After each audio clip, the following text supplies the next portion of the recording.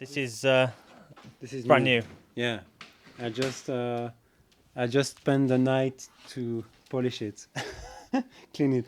No, but I got this one and 808 from a friend's friend, and I tried it yesterday, and it's amazing, amazing sound, amazing groove. And this one's in mint condition. The 808 needs a little bit of work. Yeah. Needs a bit because some parts are missing and they are super scratchy, but it works. So I'm glad because I got it for a good bargain price. And then moving around this way, this is borrowed from a friend at the moment. Yes, it's a friend who actually helped me to make all the patch because we had to solder everything, hours and hours and hours of soldering, and he's collecting modular synths. So he came one day with this old SEM modules, original SEM modules from Oberheim, but in a case that was custom made to make you able to patch things. And that's already been used on a track we heard. Yes. For bass lines. Yeah, for the bass line because I love the sound of the filter on it. It's like a 12 dB filter, so it's not much, but the resonance is amazing. And then moving around some other classics. Some other classics. The MS-20 that you said. Yeah, it's my first synth, analog synth, and it's my favorite. I think favorite monophonic one. I toured with it and I used it on many tracks, and I think it's the best live mono synth for me because it's almost like a guitar. You can really play it in a very musical and way because you have all the controls and the filter sounds like it's weeping, you know, like my guitar gently weeps. And Jupiter, though, do you use that much? I mean, it's not switched on today. Yeah, a lot, and both a lot. This one mostly for bass lines. It's your main polyphonic, I guess. And yeah, it's my main. I have also the PPG and the Poly 6, but this one is the best. I mean, the PPG is great, but it's very different. SP 1200. Used much? Yes.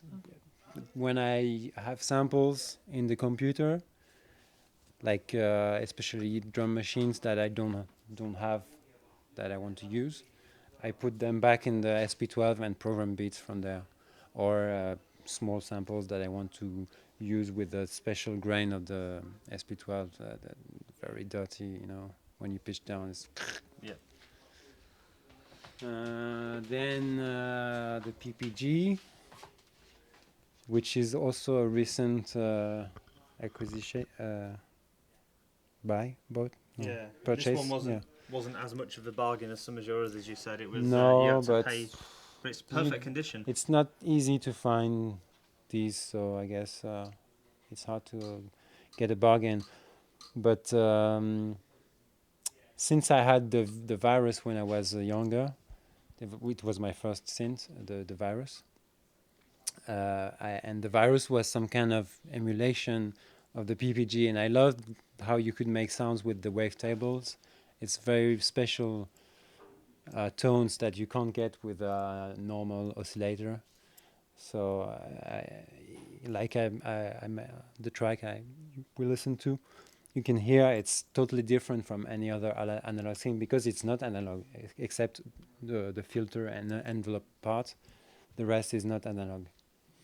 And this is also a polyphonic synth, but just without the keyboard, like an expander. Use that much? We didn't hear it today though. But no, but it's also quite special.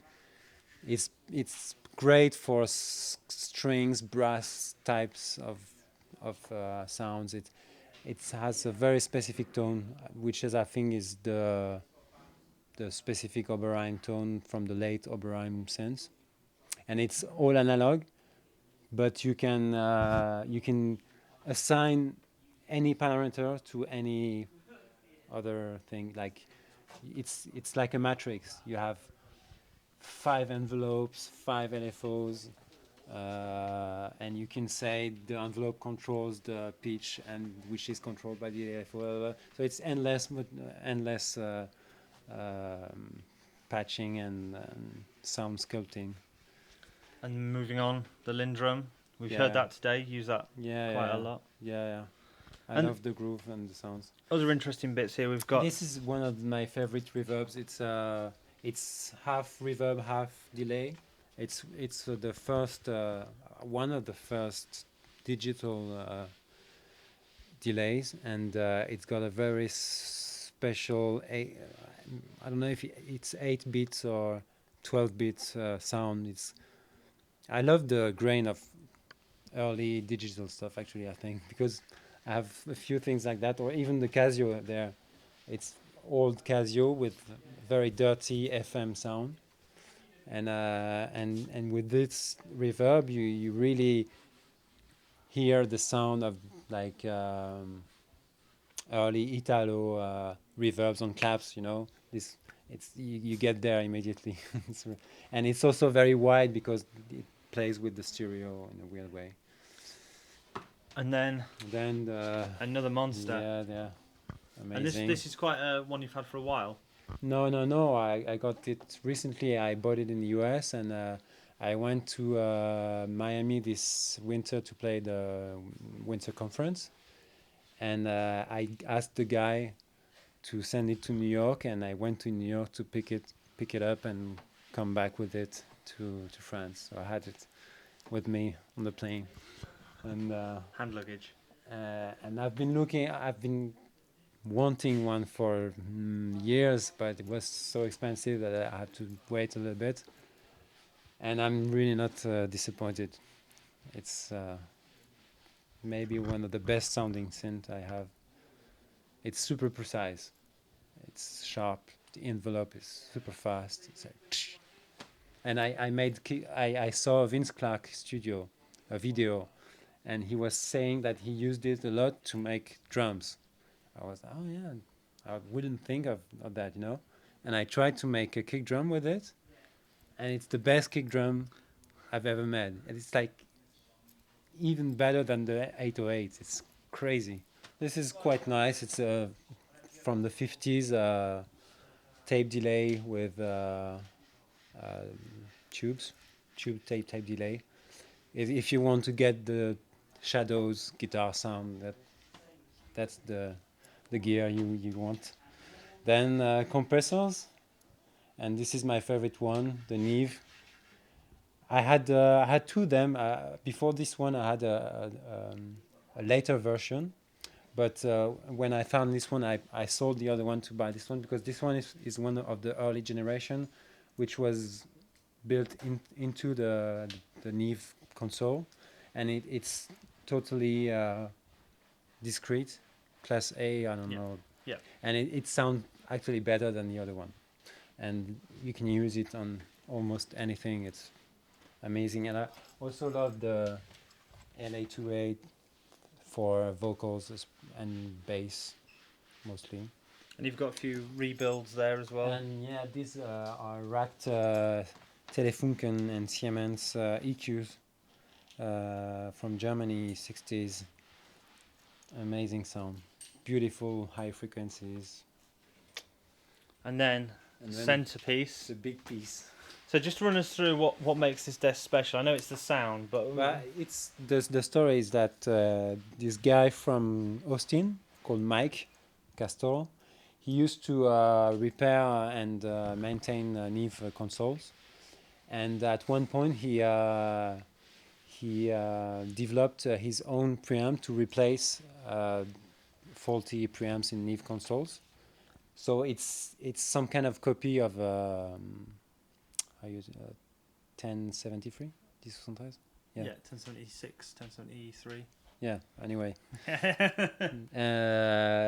so it's almost like a Neve preamp. It's the same kind of tone, and he started to sell these preamps.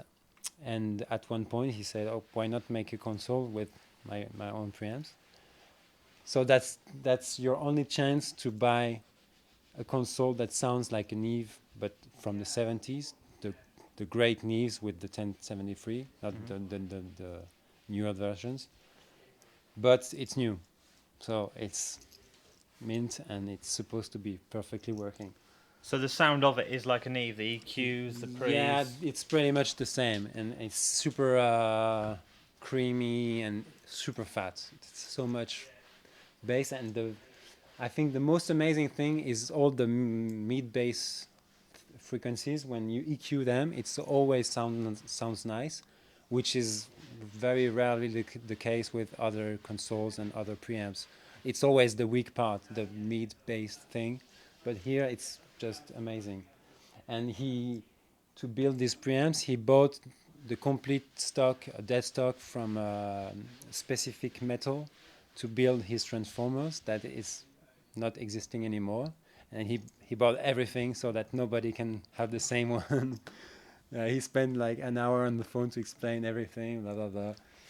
And the reason why I like it also because I was looking for a console that is not too big, so it's okay. And also that is not too complicated because I don't want to spend hours, thinking of the routing, blah, blah. Here it's super simple. You have preamp, 4 aux, EQ, and that's it.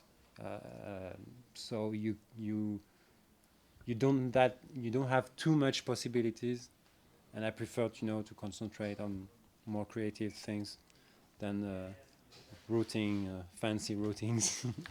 And monitors, PMCs, you don't see those very often, those particular models? I mean, are they again recent or? No, these ones are not recent. You've had them for a while?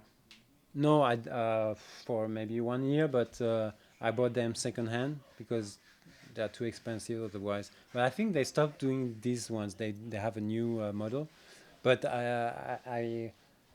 when I had the chance to buy them secondhand, I immediately jumped on it because I went in a studio near Paris where they had these ones, and I was totally blown away by the quality of it. It's even sometimes too good because it's not flattering at all. So you always hear something wrong in your mix, almost. So sometimes it's weird because I work here and I'm thinking, oh shit, I can't get it to sound right. And then I go somewhere else to listen to the mix and wow, but it sounds great. So they're really, really, really revealing. Yeah, and they've got a very large bandwidth.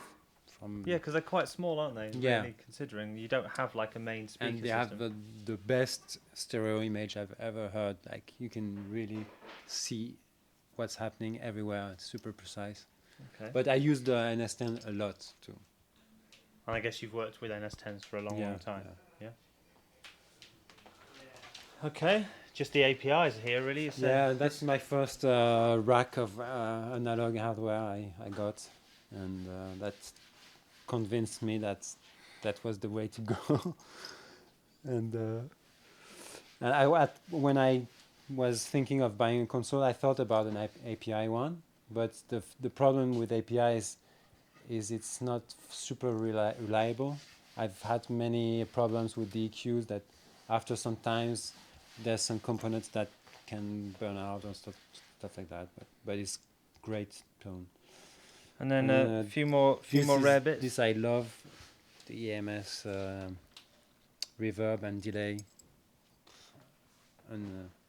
uncomparable. Then you've got the Lavries as well. Yes, and preamps and Lavries, which are converters. It's not a sound card; it's just a converter. And it's a guy who was doing my mastering that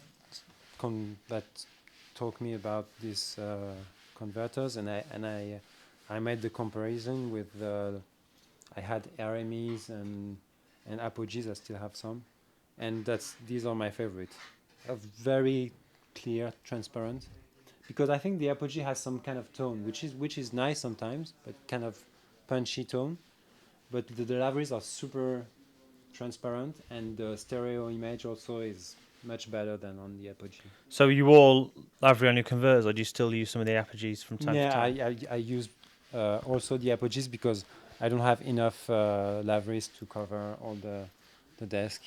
But the main clock is the lavery, and it's clocking everything else until the computer.